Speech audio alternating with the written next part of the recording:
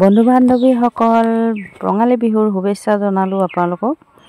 আৰু আজি গৰু বিহু, যিহেতু আমাৰ অসমীয়াসকলৰ পৰম্পৰা, আজি বোলে পঁইতা ভাত খাব লাগে। সেই গতিকে ময়ো কালি ভাত বনাই পেলাই পানী ঢালি থৈ দিলোঁ। আজি পঁইতা ভাত বুলি ভাততে নিমখ দি লৈছোঁ, জলকীয়া পিটিকি লৈছোঁ, তাতে মিঠাতেল অকণমান দি লৈছোঁ। আৰু মোৰ লগত আছে বহুত কিবা কিবি, আপোনালোকক লাহে লাহে দেখাই আছোঁ। মই আগতে জলকীয়াকেইটা ধুনীয়াকৈ পিটিকি লওঁ, তেতিয়া খাবলৈ ভাল লাগে। আপোনালোকে কি খাইছে আজি কমেণ্ট কৰি জনাবচোন। আৰু মোৰ ভিডিঅ'টো স্কিপ নকৰাকৈ শেষলৈকে চাব দেই। মইনো কেনেকৈ খাওঁ, ৰাৱণৰ নিচিনা খাওঁ নে মানুহৰ নিচিনা খাওঁ, চাব দেই। মই যিহেতু খাই ভাল পাওঁ। লগত আছে আলু পোৰা।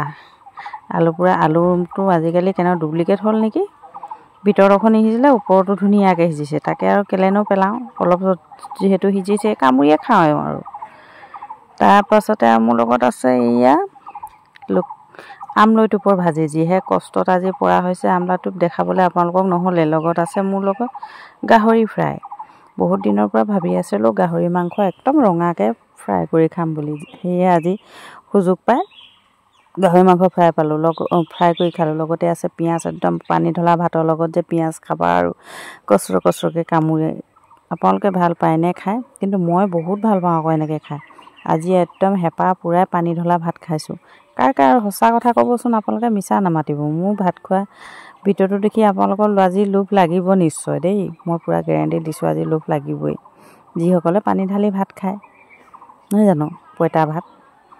ইয়াত লাগিছিলে গৰৈ মাছৰ পোৰা, কিন্তু মোৰ গৰৈ মাছৰ পোৰা নাই। আলু লগত আছে পোৰা, আৰু আছে লগত আমলৈ টোপ।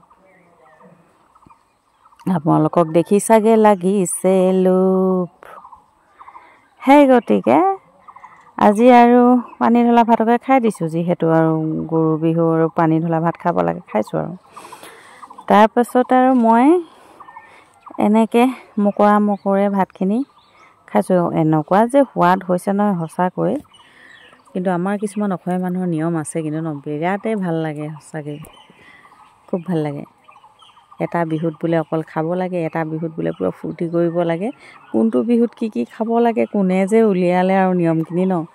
কিমান মানুহে হাবাথুৰি খাই ফুৰিছে। আজি শুনিলোঁ আমলৈ টোপৰ কেজি বোলে 1600 টকা।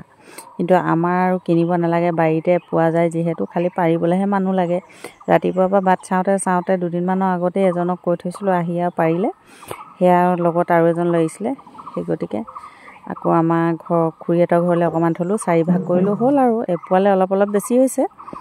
হ'লেও যে পাইছোঁ, মই লগৰজনীক সুধিলোঁ, তাহাঁতৰ বোলে এপোৱা কিনি আনিছে 400 টকা দি। ধেমালি কথা নে? তেও যে খাব লাগেই, নিয়মে নহয় জানো। আমাৰো অসমীয়াসকলৰ কিছুমান নিয়ম আছে আৰু, এনেই ভাল লাগে। আৰু বিহু বতৰ যিহেতু, বিহু বতৰত গাহৰি মাংস এডোখৰ নহ'লে ভাল নালাগে নহয় জানো।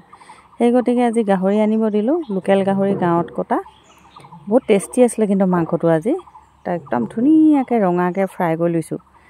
ফ্ৰাই কৰি লৈ আজি গাহৰি মাংস আৰু পানী ঢলা ভাতে আৰু আমলৈ টোপে খাইছোঁ। ইয়াত লগত লাগিছিলে বাৰু মাছৰ পোৰা, কিন্তু মাছ যিহেতু নাই, সেই গতিকে এনেকৈয়ে খাইছোঁ আৰু।